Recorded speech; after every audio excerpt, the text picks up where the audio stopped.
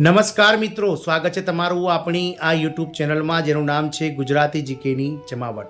તો ફરી એકવાર હાઈકોર્ટ દ્વારા નિવૃત્તિ વય મર્યાદા વધારાને લઈ અને મહત્વના અપડેટ્સ આપવામાં આવ્યા છે, મહત્વનો ચુકાદો આપવામાં આવે છે।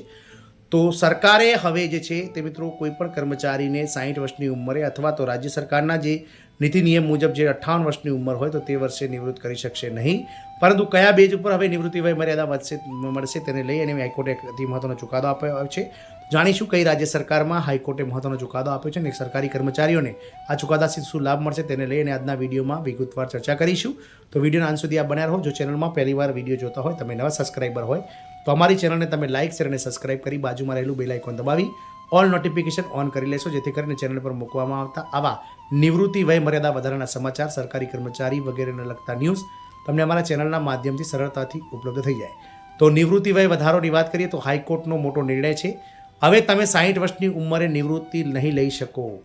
તો ભારત સરકાર કર્મચારીઓની નિવૃત્તિ વય લાંબા સમયથી 60 વર્ષ નક્કી કરવામાં આવી છે, તેમજ રાજ્ય વાઇઝ જે નિવૃત્તિ વય મર્યાદા છે તે અલગ અલગ છે। ગુજરાતની વાત કરીએ તો ગુજરાતમાં 58 વર્ષની વયે નિવૃત્તિ આપવામાં આવે છે। સામાન્ય રીતે કર્મચારીઓ 60 વર્ષ સુધી સેવા આપે છે અને તે પછી નિવૃત્ત થાય છે, પરંતુ તાજેતરમાં જ એક મોટો ફેરફાર કરવામાં આવ્યો છે।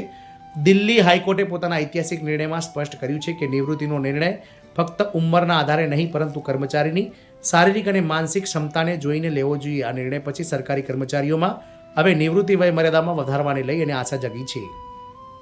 તો નિવૃત્તિ વય પર પુનર્વિચાર શા માટે જરૂરી? તો ભારતમાં વધતી સરેરાશ ઉંમર અને સારી આરોગ્ય સુવિધાના કારણે લોકોની કાર્યક્ષમતા પહેલાં કરતાં વધુ વધી છે।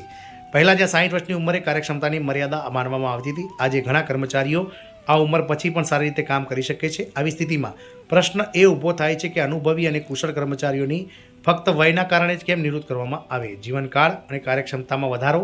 તો દેશમાં સરેરાશ આયુષ્ય પહેલાંની સરખામણીમાં ઘણું વધ્યું છે। આજે લોકો 60 વર્ષની ઉંમર પછી પણ સ્વસ્થ અને સક્રિય જીવન જીવી રહ્યા છે। નિષ્ણાતો માને છે કે જો કર્મચારીઓને થોડા વધુ વર્ષો સેવા આપવાની તક આપવામાં આવે તો તેમનો અનુભવ દેશ માટે ઉપયોગી થશે। એટલું જ નહીં, પરંતુ વહીવટીતંત્ર પણ મજબૂત બનશે। કોર્ટના આદેશમાં શું કહેવામાં આવ્યું છે? તો દિલ્હી હાઈકોર્ટે સ્પષ્ટપણે કહ્યું છે કે સરકારી કર્મચારીઓની નિવૃત્તિ વય માટે ફક્ત ઉંમર પર આધાર રાખવો યોગ્ય નથી। કોર્ટનું માનવું છે કે કર્મચારીઓની સેવા ચાલુ રાખવાનો કે તેને નિવૃત્તિ આપવાનો નિર્ણય તેની શારીરિક સ્થિતિ, માનસિક સ્વાસ્થ્ય અને કાર્યક્ષમતાના આધારે થવો જોઈએ। આ નિર્ણય દેશભરના લાખો કર્મચારીઓ માટે આશાનું નવું કિરણ લઈને આવ્યો છે, કારણ કે હવે તેમનો સેવાનો સમયગાળો ફક્ત ઉંમરના આધારે નક્કી કરવામાં આવશે નહીં। કર્મચારીઓ માટે મોટી રાહત। આ નિર્ણય પછી એવી શક્યતા વધી ગઈ છે કે સરકાર સત્તાવાર રીતે નિવૃત્તિ વયમાં સુધારો કરી શકે છે।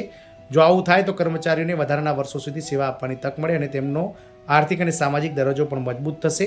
તદુપરાંત રાજ્ય સરકારોને પણ કુશળ અને મિત્રો અનુભવી જે કર્મચારીઓ છે તેમની સેવાઓનો લાભ મળતા જે વહીવટીતંત્ર છે તેમાં સરળતા ઉપલબ્ધ થશે।